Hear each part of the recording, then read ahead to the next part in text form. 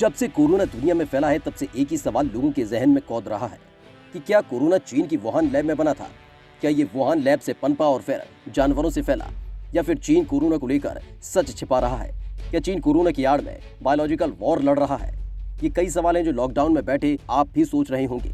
और अब इन सवालों पर से पर्दा उठाने और कोरोना वायरस की उत्पत्ति की जांच को लेकर शुरू हुई कवायदों को भारत ने तगड़ा समर्थन दे दिया है, जिसके बाद जिनपिंग की नींद उड़ गई है। भारत ने शुक्रवार को कोविड-19 की उत्पत्ति को लेकर आगे की जांच के आह्वान का समर्थन किया। इस तरह के अध्ययन के लिए चीन समेत सभी पक्षों की जांच करवाने की बात कही है। दरअसल भारत ने अमेरिकी राष्ट्रपति जो बाइडेन की मिशन को एक तरह से खुला समर्थन दे दिया है, जिसमें उन्होंने एक दिन पहले ही खुफिया एजेंसियों को इस मुद्दे पर 90 दिन के भीतर एक जांच रिपोर्ट पेश करने का निर्देश दिया। इस ऐलान के बाद से चीन बौखलाया हुआ है और वो लगातार दोस्तों को टटोलने में लगा है।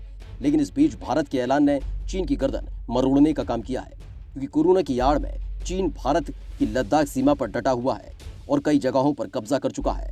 लिहाजा भारत ने कोविड-19 की उत्पत्ति को लेकर विश्व स्वास्थ्य संगठन की अगुवाई में शुरू वैश्विक अध्ययन को पहला महत्वपूर्ण कदम बताते हुए कहा कि इसके बारे में ठोस निष्कर्ष तक पहुंचने और आंकड़ा जुटाने के लिए अगले चरण के अध्ययन की जरूरत है।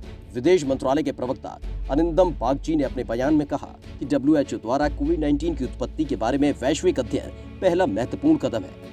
अमेरिकी राष्ट्रपति जो बाइडेन ने खुफिया एजेंसियों से कहा कि वो कोरोना वायरस की उत्पत्ति की जांच को लेकर प्रयास और तेज करें। बाइडेन ने एजेंसियों को कहा कि 90 दिन के भीतर वायरस की उत्पत्ति स्थल का पता करके रिपोर्ट दें।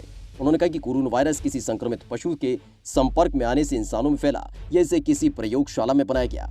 इस सवाल पर किसी निष्कर्ष पर पहुंचने के लिए अभी पर्याप्त साक्ष्य नहीं है। राष्ट्रपति ने चीन से अपील की कि वो अंतर्राष्ट्रीय जांच में सहयोग करे। उन्होंने अमेरिकी प्रयोगशालाओं को भी जांच में सहयोग करने को कहा। हालांकि अमेरिका की इस कवायद पर चीन लाल हो गया।